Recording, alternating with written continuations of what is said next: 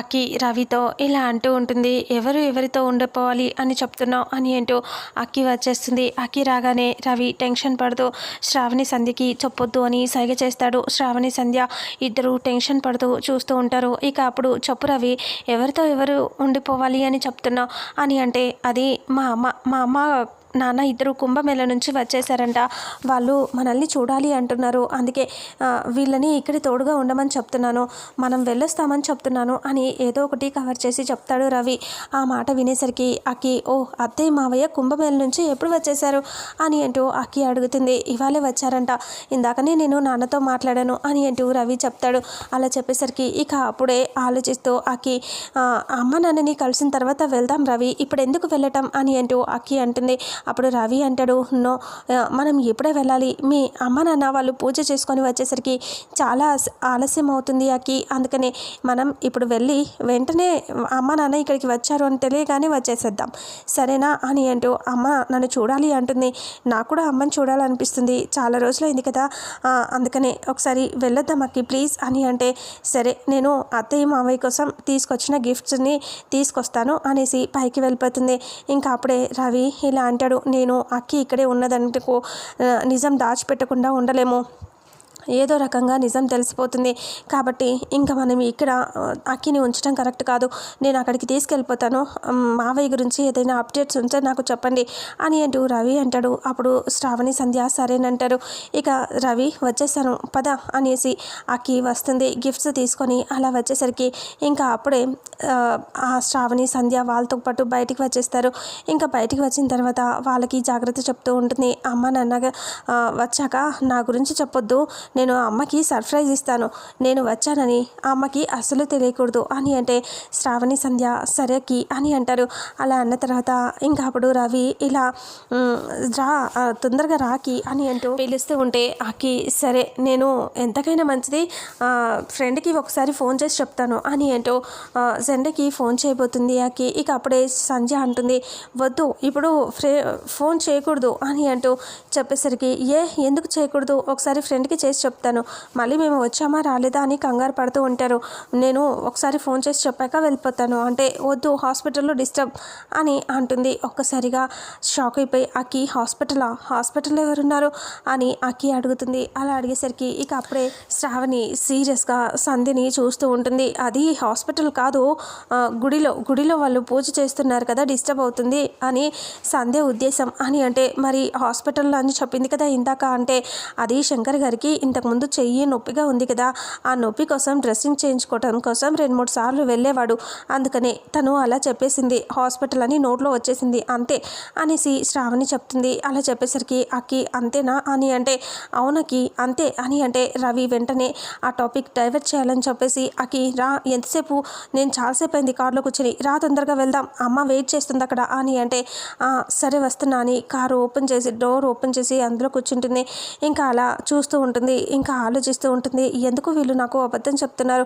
ఇంకా శ్రావణి ఇలా అంటూ ఉంటుంది సంధ్యతో, ఏంటి అంత పని చేసావు, అక్కికి నిజం చెప్పేసావు తెలుసా, నువ్వు ఇలాగే నా మాట్లాడేది, కంట్రోల్లో ఉండొచ్చు కదా అని శ్రావణి సంధ్యని తిడుతూ ఉంటుంది. అది చూసి వాళ్ళిద్దరిని చూసి అక్కి అనుకుంటుంది, వీళ్ళు నా దగ్గర ఏదో దాస్తున్నారు, ఏం దాస్తున్నారో నేను తెలుసుకోవాలి అని అనుకుంటుంది. ఇక వెంటనే అక్కడ నుంచి కారులో నుంచి ఇంకా రవికి చెప్పి, రవి నేను ఇప్పుడే వస్తాను అంటే, ఎందుకు ఎక్కడికి వెళ్తున్నావు అక్కి అని అంటే, ఒకసారి నా వ్యాలెట్ మర్చిపోయాను, నేను తెచ్చుకుంటాను అనేసి అక్కి కారులో నుంచి దిగి లోపలికి పరిగెత్తుకొని వెళ్ళిపోతుంది.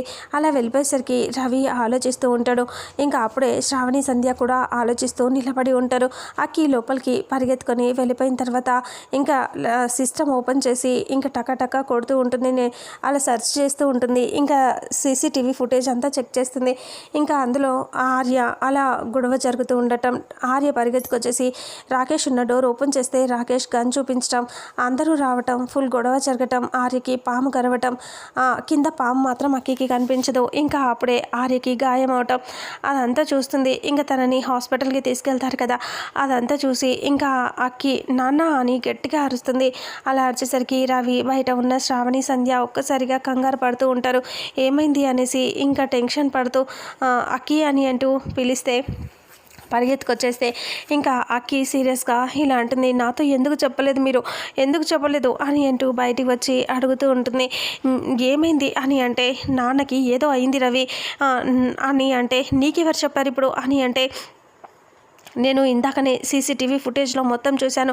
నాన్నకి చంపటానికి రాకేష్ వచ్చాడు, ఆ తర్వాత గన్ గురి పెట్టాడు, తర్వాత ఏదో జరిగింది, నాన్న తప్పించుకున్నాడు, కానీ నాన్నకి ఏదో అయింది, హాస్పిటల్కి తీసుకెళ్లారు రవి అని అంటూ ఏడుస్తూ ఉంటే, ఏం కాలేదులే పాము కరిచింది అని అంటూ రవి చెప్తే అక్కి సీరియస్గా చూస్తూ, అంటే నీకు కూడా తెలుసు కానీ నాకు చెప్పలేదా రవి నువ్వు అని అంటే, అప్పుడు శ్రావణి ఇందాకనే రవికి మేము చెప్పాము, అంతకుముందు రవికి తెలియదు అంటే, మరి మీకు అందరికీ తెలిసినప్పుడు నాకే ఎందుకు చెప్పలేదు అని అంటూ అక్కి ఏడిస్తే, అంటే నీకు తెలిస్తే నువ్వు ఏడిసి బాధపడతావని చెప్పి సండే సార్ నీకు చెప్పొద్దు అని చెప్పాడు అంటే, తెలిస్తే బాధపడితే ఇప్పుడు చెప్పకుండా ఉంటారా, నాకు చెప్పాలి కదా, నేను అప్పటికీ చెప్తూనే ఉన్నాను రవి, నాన్న వాళ్ళకి ఏదో ప్రమాదం జరుగుతుందని అప్పటి నుంచి ఏడుస్తూనే ఉన్నాను, చూడు ఇలాగే జరిగింది అని అంటూ ఏడుస్తూ ఉంటుంది. పద రవి నాన్న దగ్గరికి వెళ్దాం అని అంటే, వద్దకి ఇప్పుడు నువ్వు అక్కడికి వెళ్తే బాధపడతావు, తర్వాత వెళ్దాం కానీ అమ్మ మన కోసం వెయిట్ చేస్తుంది కదా, వెళ్దాం అక్కి అంటే, నో రవి అక్కడ అమ్మ ఎంత ఏడుస్తుందో, అమ్మకి తోడుగా అయినా నేను ఉండాలి కదా, అమ్మ తట్టుకోలేదు నాన్నకేమైనా అయితే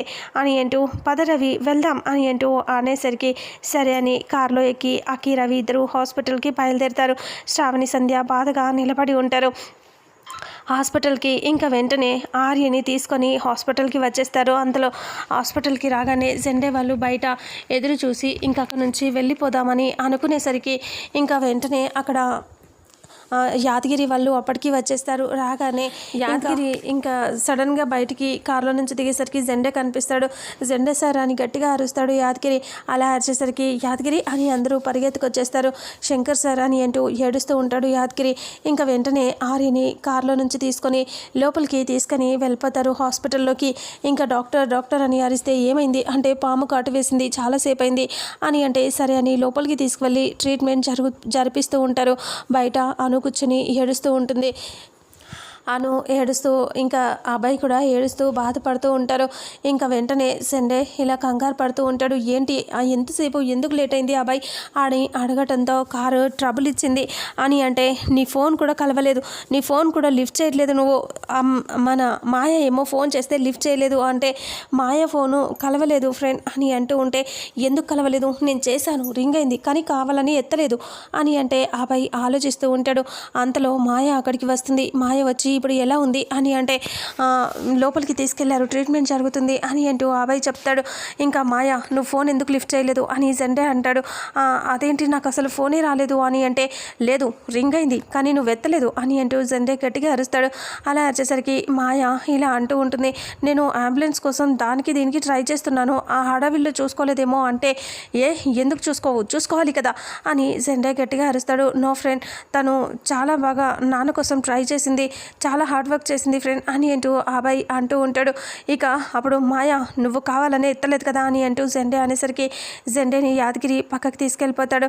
నువ్వు ఉండ యాదగిరి అని అంటూ ఉంటే, లేదు సార్ మాయ కావాలనే చేసింది, మీ ఫోన్ పక్కన పెడితే ఇప్పుడు కార్ కూడా ట్రబుల్ అయ్యేలా చేసింది, కార్కి అసలు ఏం ప్రాబ్లం లేదు కానీ ఇంజన్ దగ్గర ఉన్న వైర్ని కావాలని తీసేసింది అని అంటూ చెప్పేసరికి జెండే ఒక్కసారిగా షాక్ అయిపోతాడు. అవునా నిజమా అంటే, అవును కావాలనే మాయ శంకర్ సార్ మీద ఇంకా పగపోలేదు అందుకనే అలా చేసింది అని అంటంతో, అందుకనే నా ఫోన్ కూడా లిఫ్ట్ చేయలేదు యాదగిరి అంటే, శంకర్కి ఏమన్నా అయితే దాన్ని ఉంచాను చంపేస్తాను అని అంటూ జెండే అంటాడు.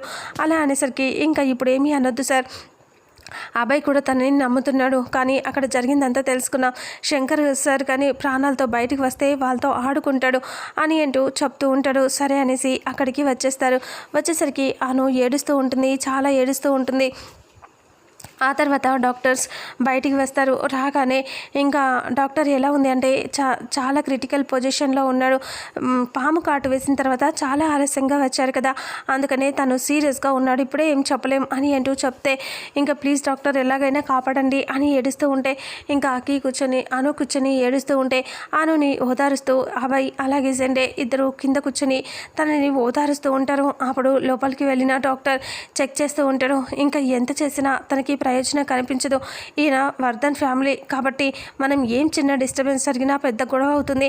కాబట్టి వాళ్ళకి ముందే చెప్పేద్దాం, సున్నితంగా వాళ్ళకి చెప్పాలి అసలు ఇలా జరిగింది అని చెప్పేసి. వాళ్ళు అప్పుడు కానీ మనల్ని ఏమీ అనరు, లేదంటే పెద్ద గొడవ జరుగుతుంది అని అంటే సరే అని చెప్పి డాక్టర్స్ మళ్ళీ బయటికి వస్తారు. వచ్చేసరికి ఏంటి డాక్టర్ ఇప్పుడు ఎలా ఉంది అంటే తన కండిషన్ చాలా సీరియస్గా ఉంది, చాలా ప్రయత్నం చేశాం, అతనికి కొన్ని గంటలు మాత్రమే మిగిలి ఉన్నాయి, అసలు ప్రాణం పోవాలి కానీ తనకి గట్టిగా ఉంది బ్రతకాలి అని అంటూ డాక్టర్ చెప్తాడు. ఆ మాటకి ఒక్కసారిగా డాక్టర్ని కాలర్ పట్టుకుంటాడు జెండే. ఏం మాట్లాడుతున్నావు, ఆర్య పోవటం ఏంటి, బ్రతకాలి ఆర్య బ్రతకాలి అని అంటూ చావే లేదు ఆర్యకి శంకర్కి అని అంటూ ఉంటాడు.